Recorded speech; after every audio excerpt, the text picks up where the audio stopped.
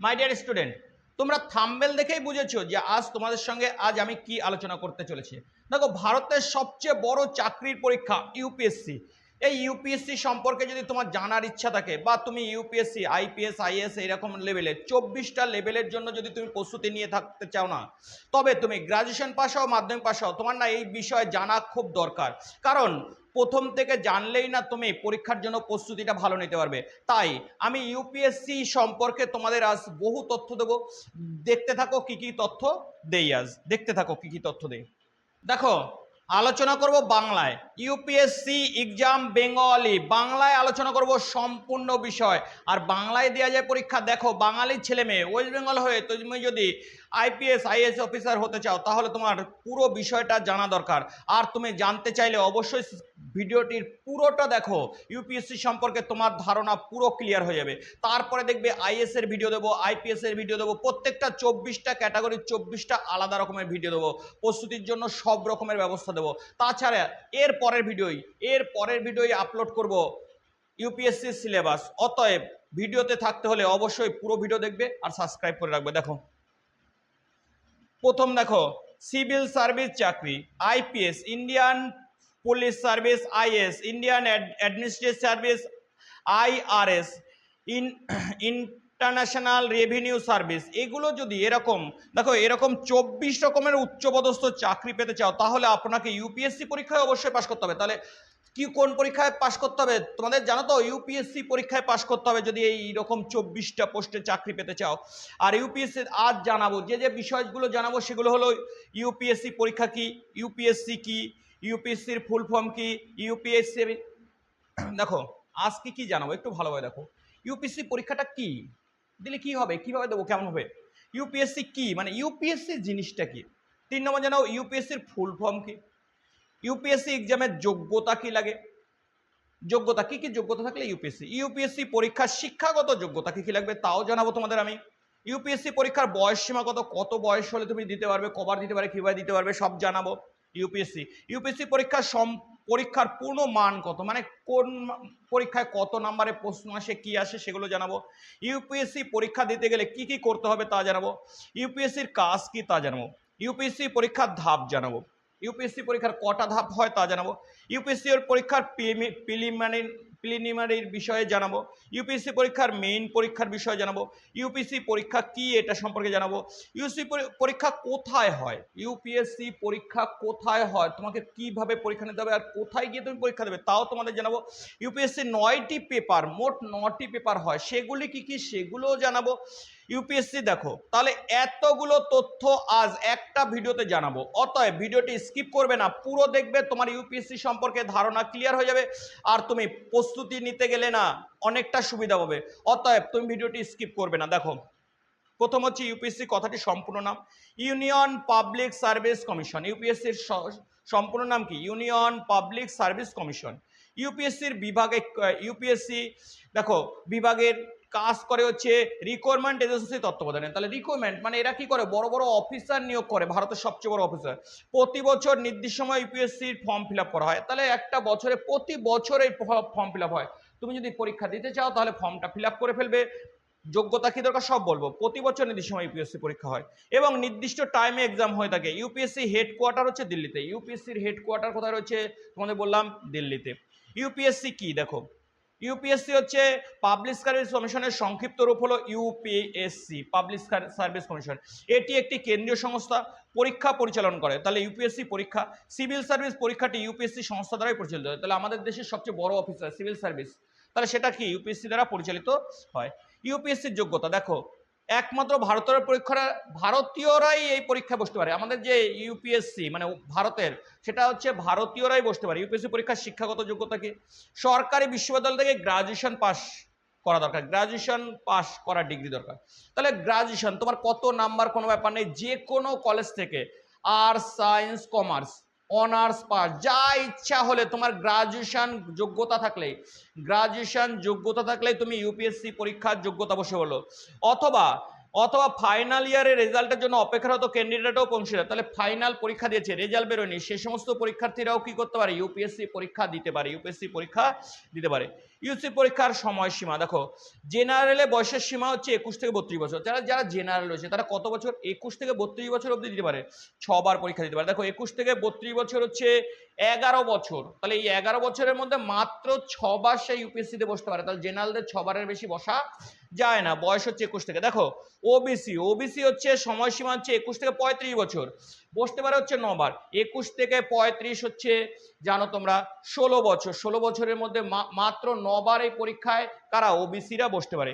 SC ST পরীক্ষা দেখো, SC ST পরীক্ষাতে 21 বছর থেকে 37 বছর পর্যন্ত পরীক্ষায় বসতে পারে, আর বহুবার মানে যতবার ইচ্ছা বয়সের মধ্যে থাকলে 21 থেকে 37 বছর মানে হচ্ছে কত বছর জানো? উত্তর হচ্ছে 18 বছর। তাহলে 18 বার পরীক্ষায় বসতে পারে এসসি এসটি পরীক্ষার্থীরা, 18 বার। এরপরে আসি প্রতিবন্ধীদের, 21 থেকে 35 বছর 9 বার এই পরীক্ষার সুযোগ দেয়। যারা প্রতিবন্ধী আছে তাদের কবার সুযোগ দেয়? 9 বার। ইডব্লিউএস মানে যারা আর্থিকভাবে পড়ে রয়েছে তারা 21 থেকে 42 বছরের মধ্যে 9 বার পরীক্ষা দিতে পারে, 9 বার পরীক্ষা দিতে পারে। তাহলে কারা কবার পরীক্ষা দিতে পারে? ধারণাটি ক্লিয়ার হলে বলো যে ক্লিয়ার হয়েছে। দেখেছো কারা? তাহলে জেনারেল দিতে পারে হচ্ছে 6 বার, জেনারেলরা দিতে পারে 6 বার, বয়স 21 থেকে 32, ওবিসিরা দিতে পারে 9 বার, 21 থেকে 35, এসসি এসটি 21 থেকে 37 বছরের মধ্যে যতবার ইচ্ছা, প্রতিবন্ধীরা 21 থেকে 35 বছরের মধ্যে 9 বার পরীক্ষা দিতে পারে, ইডব্লিউএস 21 থেকে 42 বছরের মধ্যে 9 বার পরীক্ষা দিতে পারে। দেখো ইউপিএসসি পরীক্ষা 3টি ভাগ বা 3টি ধাপ। প্রথম ধাপ হচ্ছে প্রিলিমিনারি পরীক্ষা, দ্বিতীয় ধাপ হচ্ছে মেন্স পরীক্ষা, সর্বশেষ ধাপ হচ্ছে ইন্টারভিউ। তাহলে পিলিতে পাস করলে মেনের জন্য ডাক পাবে, মেন পরীক্ষা যদি পাস করো ইন্টারভিউতে ডাক পাবে, আর ইন্টারভিউতে পাস করলে তুমি চাকরি পেয়ে গেল। দেখো পেপার হচ্ছে 9টি। কি কি পেপার? 9টি। কি কি পরীক্ষা দিতে হয়? দেখো পেপার 1 হচ্ছে ভাষা, মানে তোমার যে ভাষা রয়েছে, তুমি যে ভাষায় কথা বলো তোমার মাতৃভাষা। পেপার 2 হচ্ছে ইংরাজি, পেপার 3 হচ্ছে ইএসএসএওয়াই, পেপার 4 হচ্ছে জেনারেল স্টাডি। ইএসএসএওয়াই মানে এসএ মানে রাইটিং লিখতে হবে। পেপার 4 হচ্ছে জেনারেল স্টাডিজ 1, পেপার 5 হচ্ছে জেনারেল স্টাডি 2, পেপার 6 হচ্ছে জেনারেল স্টাডি 3, পেপার 7 হচ্ছে জেনারেল স্টাডি 4, আর পেপার 8 হচ্ছে অপশনাল পেপার 1, আর পেপার 9 হচ্ছে অপশনাল পেপার 2। এই 9টা পেপার দিতে হয়। দেখো পরীক্ষা, ইউপিএসসি পরীক্ষার পূর্ণমান হচ্ছে 2025, তাহলে মোট 2025 নম্বরে পরীক্ষা দিতে হবে, মানে long huge syllabus, huge long number. এই টোটাল মার্কে 3টি ভাগে বিভক্ত। কটা ভাগে? দেখো ইউপিএসসি প্রিলিমিনারি হচ্ছে 400।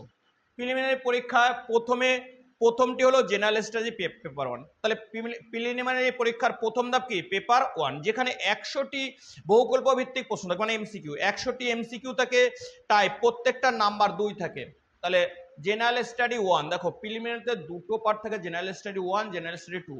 1-এ হচ্ছে 100টি প্রশ্ন থাকে যা এমসিকিউ টাইপের, আর এমসিকিউ সময় থাকে 2 ঘন্টা। 2 ঘন্টা তো নেগেটিভ মার্কিং আছে, 3টে ভুল গেলে 1 মার্ক বাদ দেওয়া হয়, 3টে ভুল গেলে 1 মার্ক বাদ দেওয়া হয়। তাহলে প্রতিটা প্রশ্নের নাম্বার 2। তারপর দেখো দ্বিতীয় জেনারেল স্টাডি পেপার 2, সেখানে মোট 80টি প্রশ্ন থাকে। কটা প্রশ্ন? 80টি প্রশ্ন থাকবে। মোট প্রশ্নের মান হচ্ছে 200। তাহলে 80টি প্রশ্ন 200 নাম্বার মানে 2.5 নাম্বার করে। এখানেও নেগেটিভ মার্ক আছে 1/3 অংশ করে, মানে ওটাও 1/3 অংশ করে মার্ক বাদ যাবে, মানে 3টে ভুল গেলে 1টার নাম্বার কাটা যাবে, এটাও 3টে ভুল গেলে 1টার নাম্বার কাটা যাবে। দেখতে পাচ্ছ? তাহলে প্রথম দ্বিতীয় দুটো হচ্ছে, এই হচ্ছে প্রিলিমিনারি। যদি তুমি প্রিলিমিনারিতে পাস করো তবে মেন্সের ডাক পাবে। মেন্সে পরীক্ষা 1650 নাম্বার। দেখছো মেন্সে কত নাম্বার? 1650। দ্বিতীয় ধাপে অগ্রসর হওয়ার জন্য দ্বিতীয় ধাপটি হচ্ছে মেন্স পরীক্ষায় প্রথম পেপার হচ্ছে ইন্ডিয়ান ল্যাঙ্গুয়েজ পেপার, অর্থাৎ যা মাতৃভাষা সেই ভাষায় পরীক্ষা দিতে হবে। যেমন বাংলা, হিন্দি, মারাঠি, অসমিয়া, মানে যে যে এলাকায় ভারতের সংবিধান অনুসারে যে 18 ভাষা আছে প্রত্যেকটা ভাষায় কি করা যায়? মাতৃভাষায় পরীক্ষা দেওয়া যায়। তাহলে প্রথম পেপার হচ্ছে, আমরা বাঙালি হিসেবে সাধারণত বাংলায় দিয়ে থাকি, ল্যাঙ্গুয়েজ পেপার। মোট নাম্বার হলো, দেখো এই প্রথম পেপারের নাম্বার হচ্ছে 300। দ্বিতীয় পেপার ল্যাঙ্গুয়েজ পেপার, এর মোট নাম্বারও 300, পেপার বি বলে।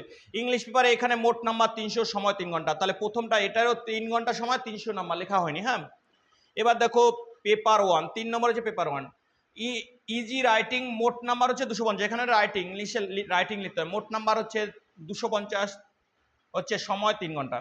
এবার general paper 1, paper 2, paper 3, paper 4, এই 4টি পেপারে মোট থাকে মোট 250 নম্বর, সময় 4 ঘন্টা। তাহলে 250 নম্বর করে 4 ঘন্টা মানে এখানে 1000 নম্বর থাকে, সময় 3 ঘন্টা। এবং এরপর অপশনাল 2, দ্বিতীয় অপশনাল বিষয়ের নম্বর 250, মোট 3 ঘন্টা। তাহলে এই হচ্ছে মোট পরীক্ষা মেইন পরীক্ষার নাম্বার আর একবার দেখে নাও। দেখো পিলিতে দিতে হয় দুটো পেপার, পিলিতে কটা পেপার দিতে হয়? দুটো। জেনারেল স্টাডি 1, জেনারেল স্টাডি 2, দুটোই কত জানো? প্রথমটা থাকে 100টা প্রশ্ন, 200 নাম্বার, প্রত্যেকটায় 2 নাম্বার এমসিকিউ। দ্বিতীয়টায় থাকে 80টা প্রশ্ন, 80টা প্রশ্ন, প্রত্যেকটা 2.5 নাম্বার, নাম্বার থাকে 200। এবার হচ্ছে তারপরে আসে পেপার 1, মোট হচ্ছে ইংরেজি রাইটিং, এটা হচ্ছে 250 নম্বর। আর জেনারেল স্টাডিজ 4টে পেপার থাকে 250 করে। তারপরে মোট থাকে কি বললাম, তারপর ল্যাঙ্গুয়েজ পেপার থাকে 2টো 250 করে। এগুলো যদি পাস করো, ইন্টারভিউ যদি পাস করো, এরপরে যদি তুমি মেইনসে পাস করো তবে ইন্টারভিউতে ডাকবে। ইন্টারভিউর নাম্বার 275, মানে বড় হিউজ ইন্টারভিউ, 275 নম্বর। সফল বলে পরীক্ষায় উত্তীর্ণ হতে পারলে ধাপে ধাপে সর্বশেষ ইন্টারভিউ আমন্ত্রণ করা হয়। আর ইন্টারভিউ যদি তুমি পাস করো তাহলে ভারতের সবচেয়ে বড় অফিসার তুমি হয়ে যেতে পারো আইএএস অফিসার, হয়ে যেতে পারো আইপিএস অফিসার।